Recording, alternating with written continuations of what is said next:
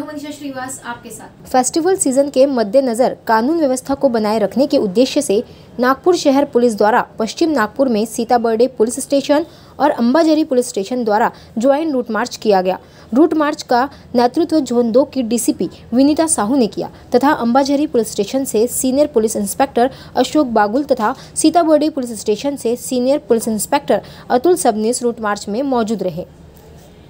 Sir, अभी Ambazari police station और बड़े पुलिस स्टेशन की ओर से एक साथ रूट मार्च निकाला गया है, उसके बारे में आप क्या कहेंगे? जी सही है मैडम। अभी हमारी डीसीपी जोन 2 आदरणीय श्रीमती विनीता साहू मैडम के नेतृत्व में अंबाझरी सीनियर पीआई और बर्डी सीनियर पीआई, उनका डीबी का स्टाफ, उनके सीआर चेतक पेट्रो मोबाइल का स्टाफ और आरसीसी प्लेटून, इन्होंने संयुक्त एक सिग्निफिकेंट रूट मार्च निकाला जो कि धर्मपेट, गोकुलपेट और कॉफ़ी हाउस चौक इस एरिया में पूरा मैडम खुद साथ में थी।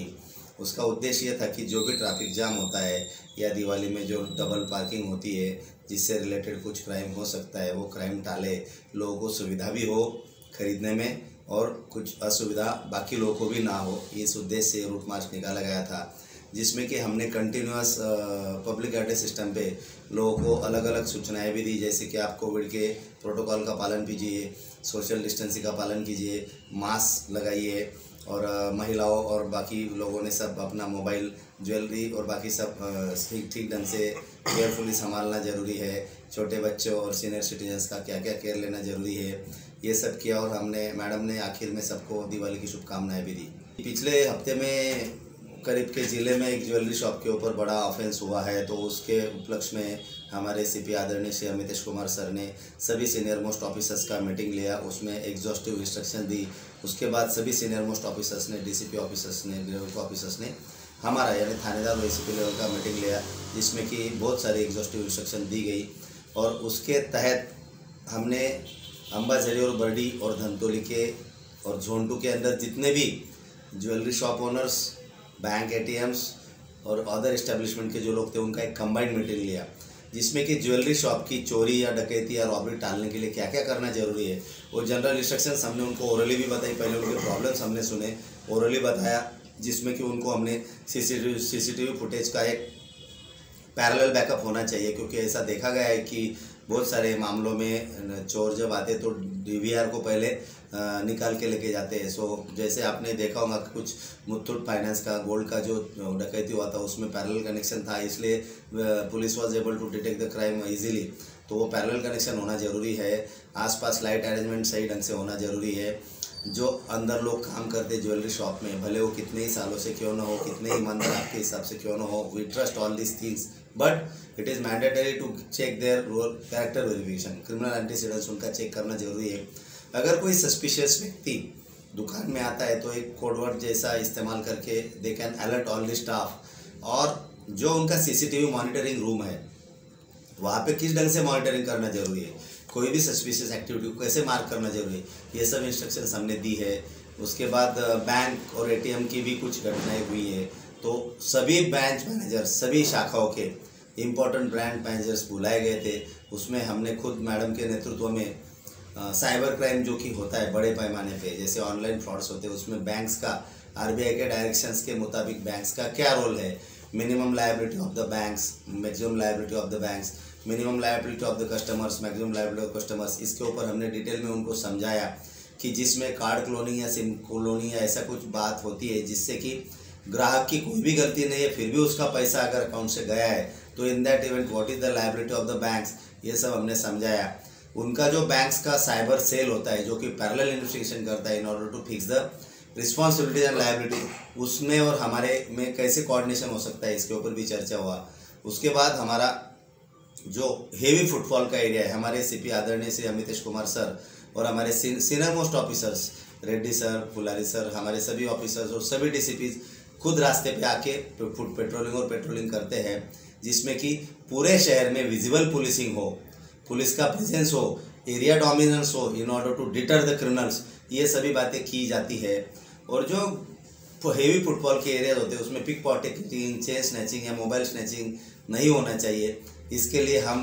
लोगों को अलर्ट भी करते हैं ऑन एयर यानी पब्लिक एड्रेस सिस्टम के माध्यम से हम सूचना भी देते हैं और पूरे शहर का सीसीटीवी मॉनिटरिंग सीओसी में होता है। तो सीओसी में हमारे सीपी सर ने वहाँ के जो ऑफिसर्स है उनको डिटेल में इंस्ट्रक्शन दिया है how you are suppose to monitor and supervise the activities which is bringing the entire city under surveillance. तो हर तरीके से प्रयास किए जा रहे हैं। दिवाली के टाइम पे कभी कभी प्रॉपर्टी ऑफेंस होता है, एचबीटी या बाकी सब ऑफेंस, उसको टालने के लिए क्या क्या कर सकते हैं, इसलिए हमने खुद थानेदार लेवल पे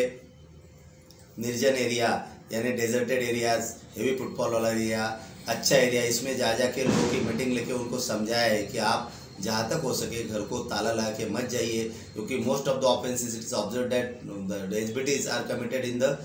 रूम्स विच वर लॉक्ड। तो अगर या तो किसी ना किसी को रोकिए या फिर इसकी पड़ोसी को अगर आप विश्वास है तो चाबी दे सकते हो क्या, उस एरिया के वॉचमैन, सिक्योरिटी गार्ड्स, इनका ब्रीफिंग, हर तरह से हम कोशिश कर रहे हैं कि इस दिवाली में जनता को कोई क्राइम का सामना ना करना पड़े और जनता की दिवाली खुशी से और आनंद से मनाई जाए। नॉर्मली वो लोग आते हैं या तो आम डकैती होती है, जैसे कुछ साल पहले कनान पुलिस स्टेशन है ग्रामीण में, उसमें हुई थी। वो ब्रॉड डे लाइट भी कभी कभी करते हैं, कभी कभी चोरी छुपे करते हैं। चोरी छुपे यानी किसी का ध्यान नहीं तो धीरे से कोई भी चीज़ छुपा के लेके जाना, ये नॉर्मली प्रकार होते हैं। तो उसमें जनता को यही रिक्वेस्ट है कि आपका सीसीटीवी फुटेज जो है वो सबसे इम्पोर्टेंट रोल प्ले करता है। अगर आप दुनिया के डेवलप नेशंस में भी अगर आप देखोगे वहाँ का law and order, crime control अगर आपको लगता है कि ठीक है, तो उसके जो अनेक कारण है उसमें एक कारण ये भी है कि they are using technology properly for the crime prevention, investigation, detection and conviction. The same way our Nagpur city is declared as safe and smart city. 3800 कैमरे एज ए नोडल ऑफिसर हमने 2016 से बैठाए हैं और पूरा सीसीटीवी सर्वेलेंस में है। तो आपका जो सवाल है उसका यही जवाब है कि आप अलर्ट रहिए, सस्पिशियस कोई भी चीज़ अगर आपके ध्यान में आती है तो पुलिस को इन्फॉर्म कीजिए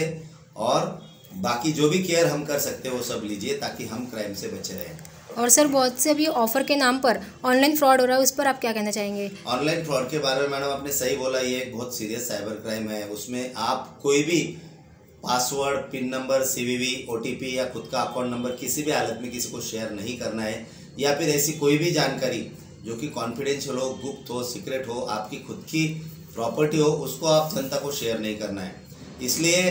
कभी कभी आपको मैलिशियस कॉल्स, लिंक्स और एसएमएस भेजे जाते हैं। The moment you click the links your screen is shared. या फिर आप कोई एनीडेस्क ऐप है या कोई ऐसा ऐप है, अगर आप डाउनलोड करते हो तो आपका स्क्रीन शेयर होता है। अगर स्क्रीन शेयर हो गया तो आपका ओटीपी भी शेयर हो जाएगा। ओटीपी शेयर हो जाएगा तो nothing will be kept secret and your account will be emptied. तो मेरी जनता को यही रिक्वेस्ट है कि साइबर क्राइम के बारे में हम साइबर पुलिस स्टेशन में जब थे कम से कम 150 वेबिनार्स ले चुके हैं, जिससे लाखों करोड़ों का अवेयरनेस लेवल बढ़ा है। और अवेयरनेस लेवल बढ़ाना, साइबर लिटरेसी बढ़ाना, यही साइबर सुरक्षा के लिए सबसे बड़ा कदम है, जो कि नागपुर साइबर पुलिस स्टेशन ने जो किया है पिछले 8-10 महीनों में, वो सबसे अच्छा काम है, ऐसा बहुत सारे लोगों का कहना है। तो we are continuing those efforts. हमने कुछ नेशनल और इंटरनेशनल और लोकल वेबिनार्स भी लिए, जिसमें कि आपके सवाल के पूरे जवाब आपको मिल जाएंगे। आप यूट्यूब पे या फेसबुक पे cyber crime awareness programs by cyber police station Nagpur ऐसा अगर आप टाइप करते हो तो आपको पूरा 2-2.5 घंटे का वेबिनार है, जिसमें कि डिटेल में हमने what is cyber crime, what are types of cyber crime, what is modus operandi, what are the dos and don'ts of internet, how to behave on social media, and last but not the list, how to prevent yourself from being victim to the cyber crime और becoming cyber criminal yourself knowingly unknowingly. और उसके बावजूद अगर कुछ हो गया तो incident reporting कैसा करना है, आपको थाने में कैसे जाना है, आपको ऑनलाइन कंप्लेंट कैसा करना है, आपको फ़ोन पे कंप्लेंट कैसा करना है, ये सब बातें डिटेल में हमने उन वेबिनार में बताई है। मेरी आपके माध्यम से जनता को रिक्वेस्ट है कि अगर आपको टाइम मिलता है और आपको सही लगता है तो आप यूट्यूब पे या फेसबुक पे सर्च कीजिए cyber crime awareness by cyber police station Nagpur, या फिर आप हमारा नाम भी डाल सकते हो, तो आपको इसके पूरे डिटेल जानकारी मिल जाएगी।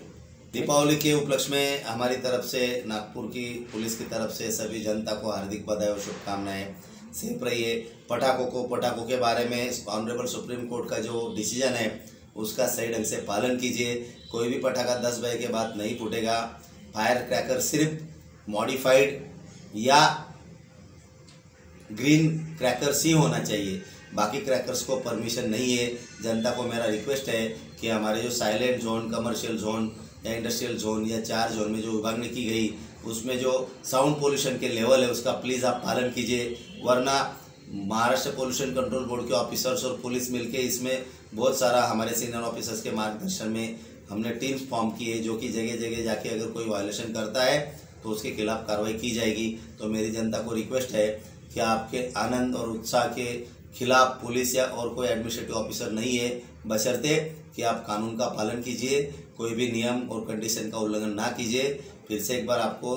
Happy Deepavali. Thank you so much.